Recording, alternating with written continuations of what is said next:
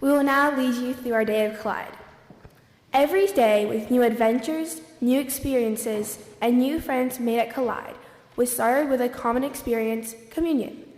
Every day, we would start the day with the breaking of the bread, the drinking of the cup, along with other prayers. After we participated in receiving communion, we would go out directly to be the hands and feet of Jesus in the community. The day that stood out to me, in particular, was our last day of Collide. For me, on that morning, the communion experience was something I'll never forget.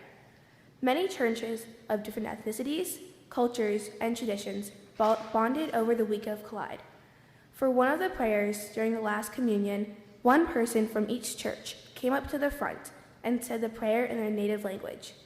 The same prayer was said in 4 unique languages: Spanish, English, Korean, and an African language. During the last communion, when each person spoke in their language, I think it showed that though we are from different lifestyles, countries, and cultures, we can come together as one, yet still expressing and loving our differences. And though I only understood one of the versions of the prayer, hearing all the unalike dialect gave me a sense of unity, knowing that everyone loves and accepts their culture, language, and others as well.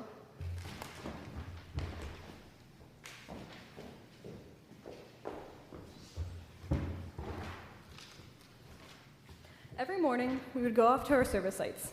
They changed every day, but through them we could see the direct impact of our actions. From working on a farm, in a soup kitchen, or playing with kids, we learned from the people we were serving.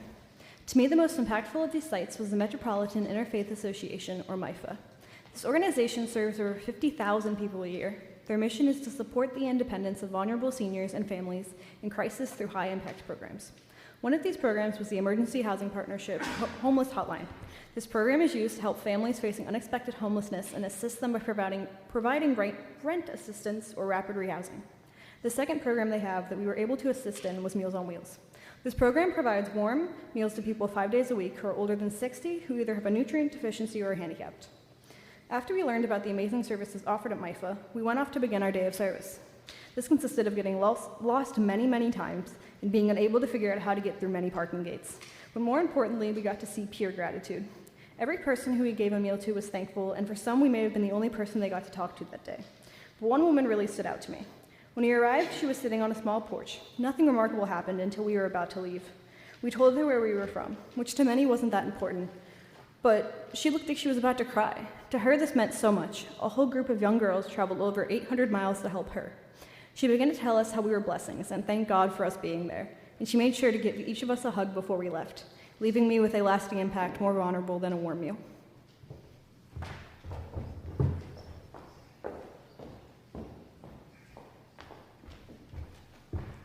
Hello, I'm Emily Borm. Each afternoon, we participated in an afternoon learning experience. One day, our afternoon learning experience was the Urban Plunge.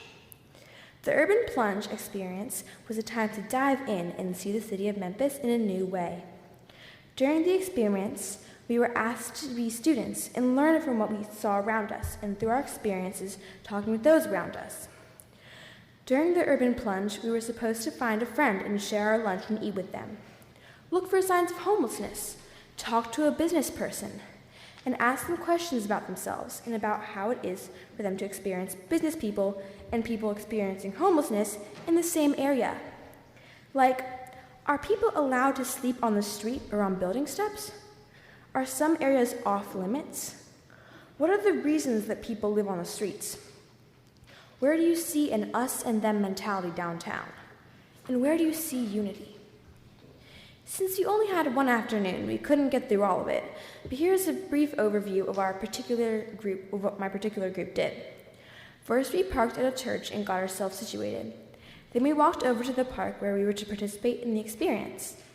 As we entered the park, we saw a few people sprawled on benches or under a tree, seeking shade in the heat of the summer. We found a grassy patch near Waterfall Memorial and ate lunch. As we ate, we remembered our extra lunches to give to anyone who might be experiencing homelessness or someone who just looks hungry. We got them out and gave them to 2 people who looked like a couple. Then we saw another man who looked to be homeless as well. We gathered some food from our own lunches and gave it to him. We talked to some of the people who appeared to be experiencing homelessness, and they were grateful to get food. Soon after, we broke up into our smaller groups for a discussion. Our group talked to a police officer. Then Diane told us to find a spot far from others and rest our heads and reflect on our day. Little did we know, this is what it felt like to be homeless. As the wind blew or the clouds shifted, we would get our bags and be very alert. This made it nearly impossible to sleep or just relax. At this time, some of us started to feel lonely or lost, like we had nowhere to go. Later, as we discussed our feelings and thoughts about the activity in our groups, we had to uncover how to become not homeless. As we tried to do so, we failed. Homelessness is very hard to come out of once your people are in this situation. During our evening at the park, we learned how hard it is to be homeless, with all the rules on where you can sleep and where you can go. We learned about how hard it is to get food and get a job. We learned about how scary it is to sleep at night. I learned that helping others feels better than helping myself. Thank you.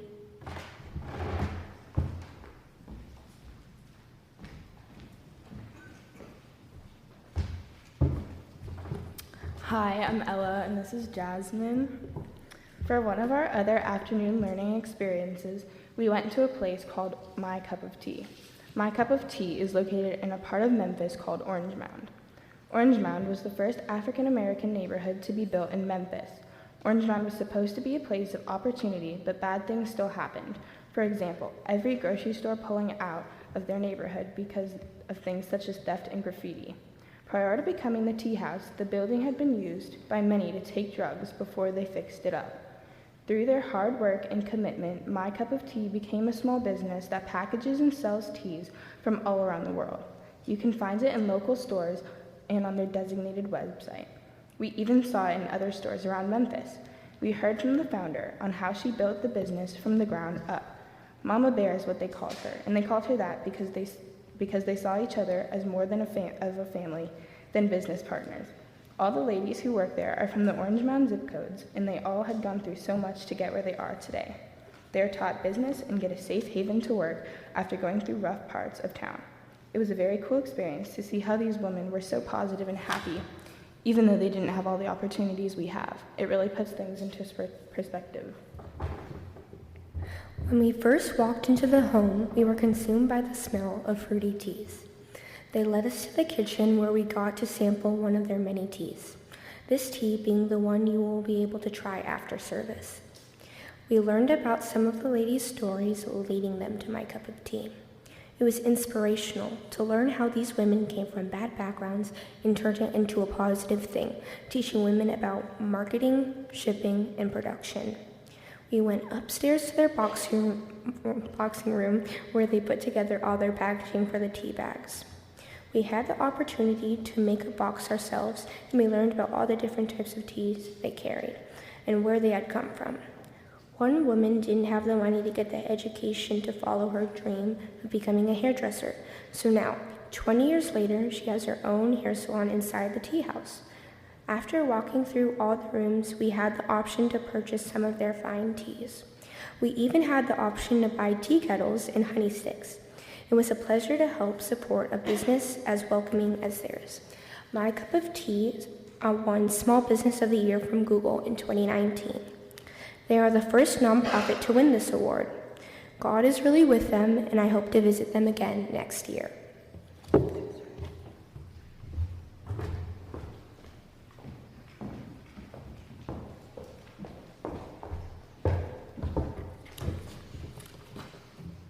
Every day before dinner, we would all gather and have our theology talk for the day. This discussion would be prefaced by a theological reading we would do earlier in the day. These discussions covered various topics, but all of them could be connected to our service and our everyday lives. Personally, one of the most impactful was a discussion on the first day of the Imago Dei. Imago Dei is translated to image of God, and this idea goes back to our scripture lesson for the day, when in Genesis, God creates humanity in his own image. And this gives the creation value, and this value never goes away. No matter how many times we mess up, we still have value and we still are loved. But I also like the idea that we don't have to earn our value. We don't have to do something amazing to earn God's love because he already loves us. The Imago Dei also shows how we are all one in the body of Christ, because we are all God's children. In the discussion of this idea, we were introduced to a word, umanti. This word translates to I am because we are. And this idea shows us how we should act together as a congregation. We should all work to build each other up, because if one of us is weak, it weakens us all. Another concept discussed in this talk was the idea of where we are called. And for many, this idea is scary to think about, at least for me. But this idea was expressed simply, where our deep gladness meets the world's need. This idea has stuck with me because often we are told that helping each other comes with a deep sacrifice, but this shows that we don't need to make these large sacrifices in order to cause change in the world.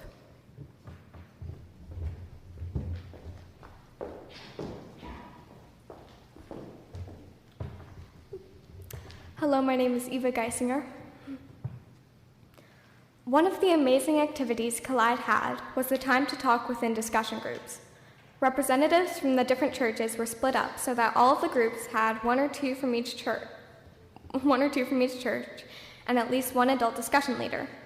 We would sit in a circle and talk about our service work, the afternoon activity, and mainly the theology talk. I can't speak for other groups, but I know that in mine, once we started talking about theology, it was like a fire had exploded in everyone's minds. So many ideas. We got to hear and experience different points of view about Christianity, something I had never experienced before. Before Collide, to be honest, I didn't feel comfortable talking about religion with other people. God and my faith were subjects I rarely stopped to think about, never mind discuss, because they seemed so far away from my everyday life that my mind deemed them unreachable. We're scarcely given the opportunity, with school and activities and all the chaos of daily life, to sit down and talk about faith, to consider what religion means to us. Collide changed that for me. A meeting with my group led to thinking more and more about what I really believe. Even after the week was done, even with school starting up and sports starting, the intensity of my discussion group sticks with me. I remember one particular time when somebody asked the question, "Does God control everything?" As you can imagine, the fire exploded pretty fast. I can't say we all agreed on an answer at the end of that discussion, but it made me realize that this is what I was missing in my religion.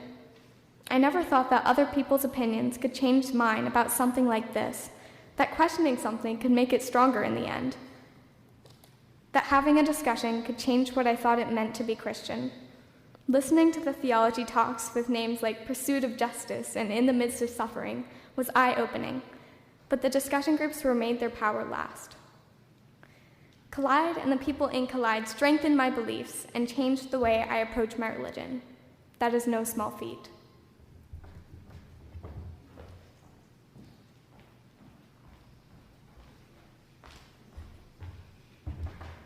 Hi, I'm Sasha Geisinger. After all the day's events at Collide, it was built into our schedule to go out to different ethnic restaurants for dinner each night. There were lots of different cuisines that we would experience, such as Yemeni food, Venezuelan, Sudanese, Syrian, and much more. I think this was such a great idea for Collide because it was an adventure for everyone there to be brought out of their culinary comfort zones, just a little in terms of the food we ate. But it was also a time to share a meal together after being dispersed in different service projects throughout the day. There was one restaurant in particular that had a lasting impact on me, Abyssinia, the Ethiopian restaurant we went to on the first evening. I'd never had Ethiopian food before, but I could tell that it would be very different from the food I was used to as soon as I stepped into the restaurant, seeing the lack of plates and silverware on the tables. We all sat down at 2 long tables and met the owner of the restaurant, and he told us his life story. He had emigrated to the United States from Ethiopia and had actually lived in DC and New York before starting his own restaurant in Memphis. He told us that he speaks 7 languages, 5 of which he uses every day to talk to his customers. It was so nice to communicate with him and ask questions about his life and the restaurant. When our food came, we used pieces of a flat and spongy bread to eat bites of food on a tray with a wide array of sauces, brothy beans, meats, and vegetables that was set in the middle of the table for everyone to eat from. We were told that in order to get our hot tea after the meal, we first needed to finish the food on the tray in front of us. This is very important to the family who owns the restaurant because Ethiopia has experienced many famines and the lack of food is still a major problem there. This was eye-opening for everyone as we realized how much food we waste on a day-to-day basis.